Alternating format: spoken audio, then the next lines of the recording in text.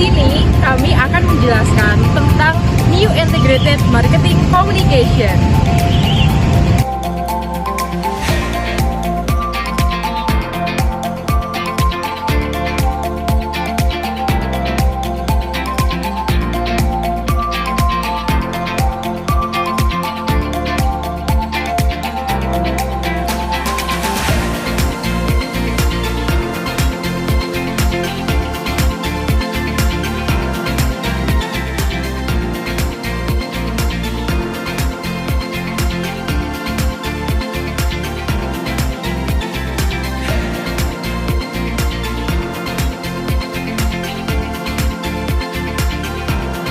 Pembahasan pertama yaitu tentang konsep dari EMC. Konsep EMC ini menggabungkan berbagai taktik komunikasi marketing seperti AdWords, public relation, direct marketing, personal selling, sponsorship, sampai special event. Menurut Hermawan pada tahun 2012, konsep EMC ini adalah upaya untuk menggabungkan perencanaan, tindakan, dan koordinasi di semua aspek komunikasi pemasaran. Konsep EMC ini memiliki 5 karakteristik utama. Yang pertama yaitu mempengaruhi perilaku. Jadi peningkatan respon positif pelanggan setelah berkomunikasi merupakan salah satu ukuran keberhasilan dari EMC, karena salah satu tujuan utama dari perusahaan adalah menumbuhkan persepsi positif pelanggan sehingga mereka akan lebih tertarik menggunakan barang atau merek produk yang ditawarkan. Elemen yang kedua yaitu komunikasi yang efektif untuk digunakan pada target pasarnya dengan mengubah kata calon pembeli menjadi pembeli.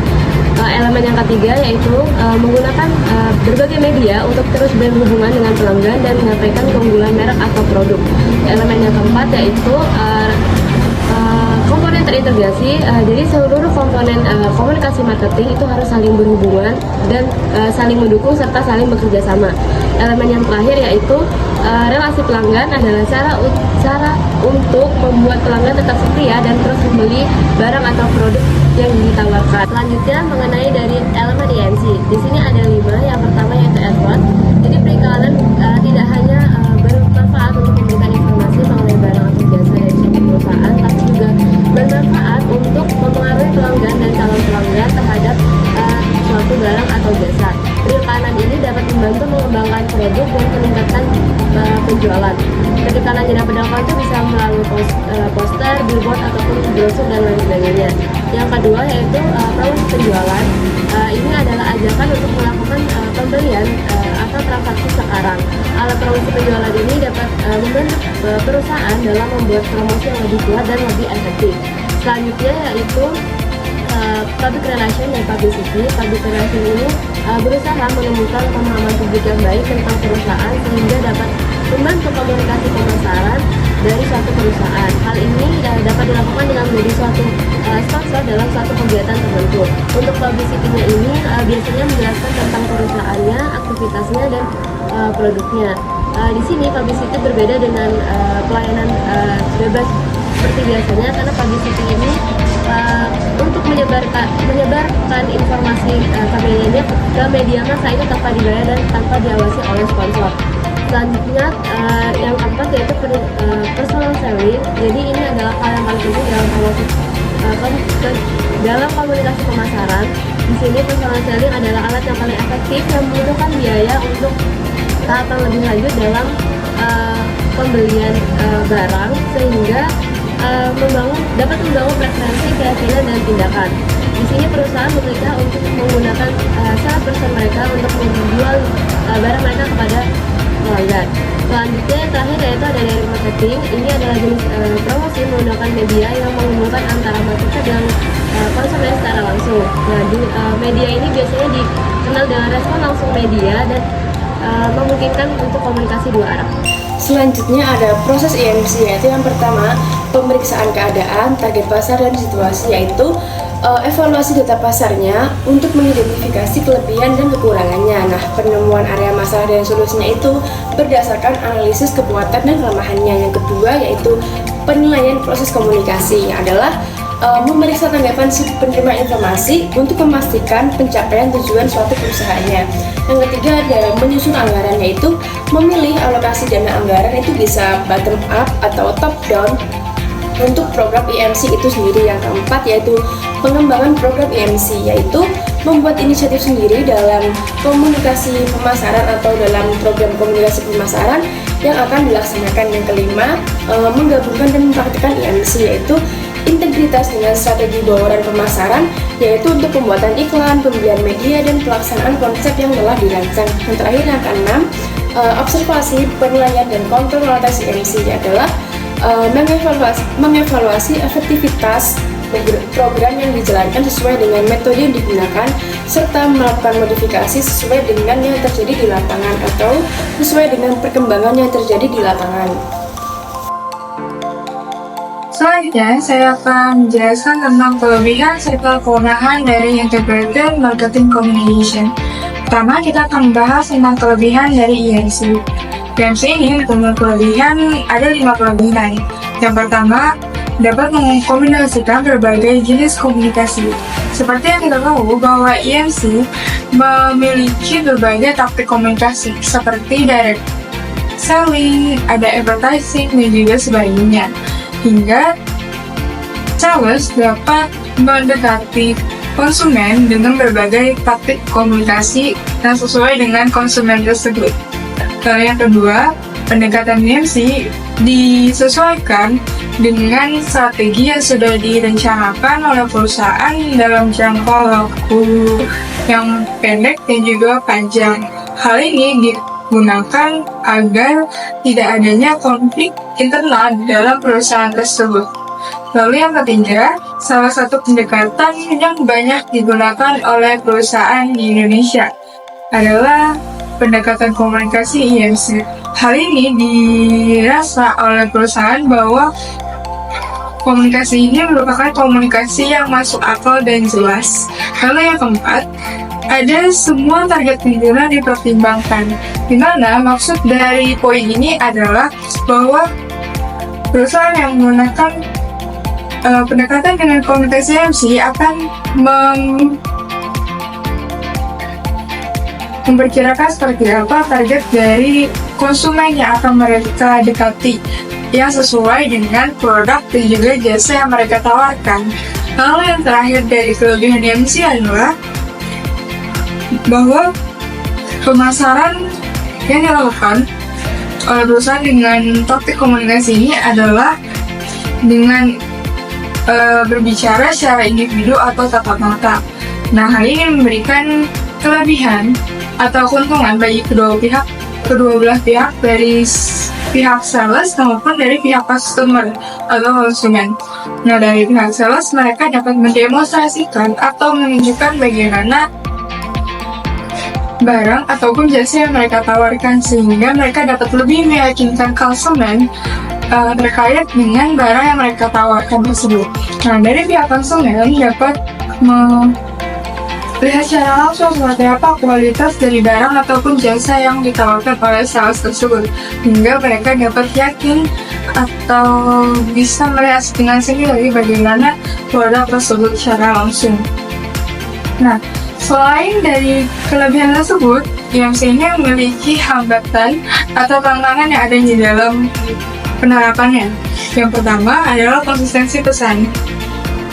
Nah, konsistensi pesan ini yang dimaksud adalah agar setiap taktik komunikasi yang dilakukan oleh yang berbeda-beda tersebut memiliki isi pesan yang sama dari konsumen yang satu dengan konsumen lainnya, ataupun dari jenis taktik komunikasi yang satu dengan komunikasi lainnya.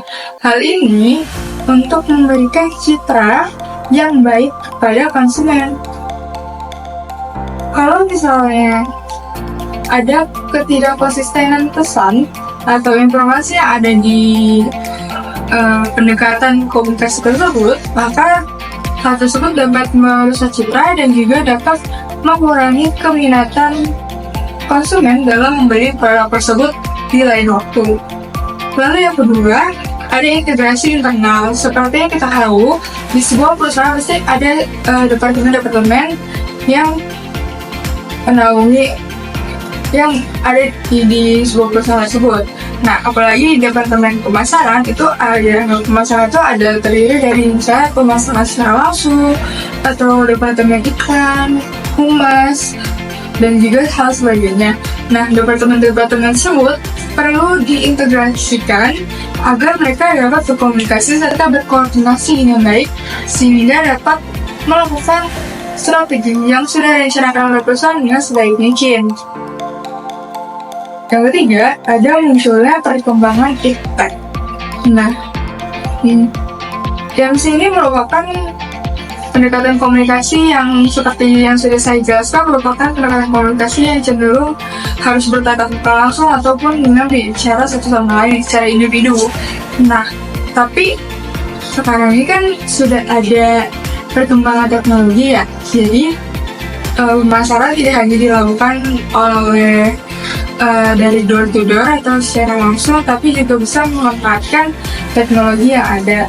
Sehingga perusahaan yang menerapkan IMC diharapkan untuk dapat terus beradaptasi untuk mengikuti perkembangan zaman yang ada sehingga dapat merangkul lebih luas lagi target konsumen.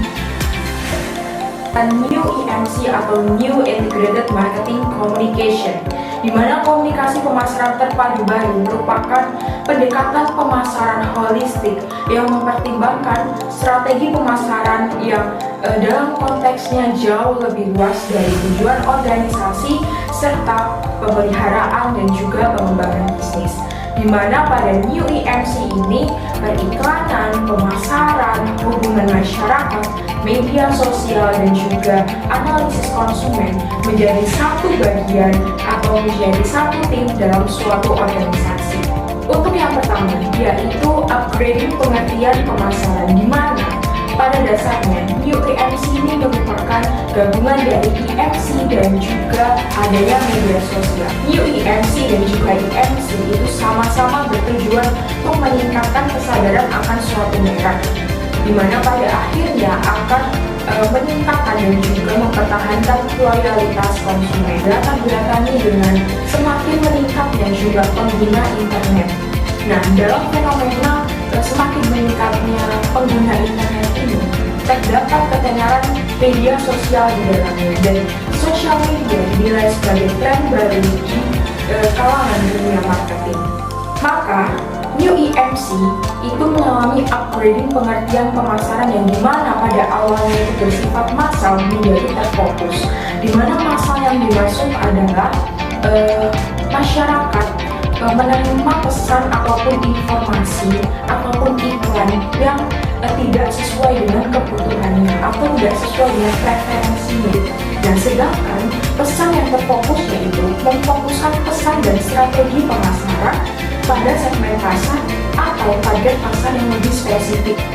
Kemudian yang kedua yaitu adanya perkembangan teknologi informasi dan komunikasi, di mana contoh dari perkembangan TIK ini seperti adanya smartphone, kemudian adanya laptop dan perangkat perkembangan teknologi informasi komunikasi lainnya. Nah, perkembangan teknologi ini juga mempengaruhi cara audiens untuk memilih sebuah produk. Dengan adanya perkembangan TIK ini semuanya semakin dipermudah, di mana kita bisa mencari informasi terkait dengan produk ataupun informasi yang lain secara konsisten dan cepat dimanapun kita berada. Yang ketiga yaitu media baru. Nah, seiring dengan perkembangan teknologi tadi mengalami perkembangan, dan juga di sini media baru itu muncul sebagai produk dari perkembangan tersebut. Di mana menurut Ian dan Jones tahun 2009 dalam dunia komunikasi pemasaran terpadu baru itu menuntut pemasar untuk menggunakan revolusi online. Apa yang dimaksud? Contohnya seperti konten digital dan juga influencer. Adanya media baru ini yang berbeda dengan media-media yang seperti itu televisi, pamflet, koran, ataupun brosur yang di situ kita tidak bisa interaktif. Nah, berbeda dengan media baru atau yang saya maksud adalah media sosial. Kita bisa dengan interaktif untuk berkomunikasi. Cara pendekatannya sangat interaktif dan juga terarah, di mana interaktif ini tidak hanya perusahaan yang dapat memberikan informasi, melainkan kita sebagai konsumen juga bisa memberikan feedback ataupun informasi terkait dengan preferensi kita. Nah, customer engagement sendiri merupakan di sini ataupun pengguna itu tidak hanya sebagai konsumen dan mengkonsumsi, tetapi di sini pengguna itu juga bisa berinteraksi, bereaksi, dan juga berkontribusi dalam produk atau perusahaan tersebut. Nah, kegiatan tersebut bisa dimulai dari membaca pesan, komunikasi dua arah, berpartisipasi, dan juga adanya rekomendasi online. Kemudian yang terakhir yaitu terjadinya percakapan dua arah, di mana seperti yang sudah saya sampaikan sebelumnya, pada New EMC dengan kehadiran media sosial ini sangat membantu kita untuk berkomunikasi dengan perusahaan ataupun perusahaan berkomunikasi dengan konsumen, di mana tidak hanya perusahaan saja yang bisa memberikan informasi mengenai produknya, tetapi juga konsumen bisa memberikan informasi, bisa memberikan feedback terkait dengan kebutuhan mereka. Media sosial adalah platform berbasis internet yang menjadi wadah berinteraksi dan mempresentasikan diri kepada audiens yang lebih luas. Nah, sebagai sistem ini digunakan untuk membuat konten yang dihasilkan oleh pengguna dan dapat berkomunikasi dengan orang lain. Nah, fungsinya adalah sebagai alat promosi dan penguatan interaksi konsumen yang lebih dekat. Media sosial juga memainkan peran penting dalam pemasaran dengan berbagai aktivitas, seperti berkomunikasi langsung dengan pelanggan, mencatat kebutuhan pelanggan, mengiklankan serta mempromosikan produk, dan menjadi landasan pengambilan keputusan bisnis. Nah, selain itu, media sosial juga digunakan sebagai platform online untuk melakukan percakapan, melacak perilaku pelanggan secara online, dan melakukan survei pelanggan. Ada beberapa peran lain dari media sosial dalam pemasaran. Yang pertama, media sosial meningkatkan loyalitas pelanggan dengan memudahkan pelanggan berinteraksi langsung dengan merek dan mempelajari lebih lanjut tentang produk mereka sehingga meningkatkan kepuasan pelanggan. Yang kedua, media sosial dapat meningkatkan brand awareness. Nah, yang ketiga, media sosial dapat menghemat biaya pemasaran karena pendaftaran dan pembuatan profil di media sosial itu gratis. Yang terakhir, media sosial dapat menjadi alat analisis pasar yang menyediakan wawasan preferensi tentang ketidaksukaan dan kebiasaan pengguna, serta dapat mengumpulkan informasi tentang tingkat kepuasan pelanggan dan tren industri yang berlaku. Kesimpulannya adalah konsep IMC ini menggabungkan berbagai strategi komunikasi pemasaran seperti iklan, penjualan personal, hubungan masyarakat, dan pemasaran secara langsung. Nah, tujuannya adalah untuk mempengaruhi perilaku pelanggan dengan menggunakan media yang paling efektif, mengintegrasikan berbagai komponen komunikasi pemasaran, dan membangun hubungan baik dengan pelanggan. Secara keseluruhan, IMC ini adalah pendekatan yang strategi dengan mengintegrasikan berbagai elemen-elemen komunikasi untuk mencapai tujuan pemasaran yang paling efektif. Sekian penyampaian materi dari kami, semoga bermanfaat dan dapat menambah pengetahuan bagi kalian. Sekian, terima kasih. Wassalamualaikum.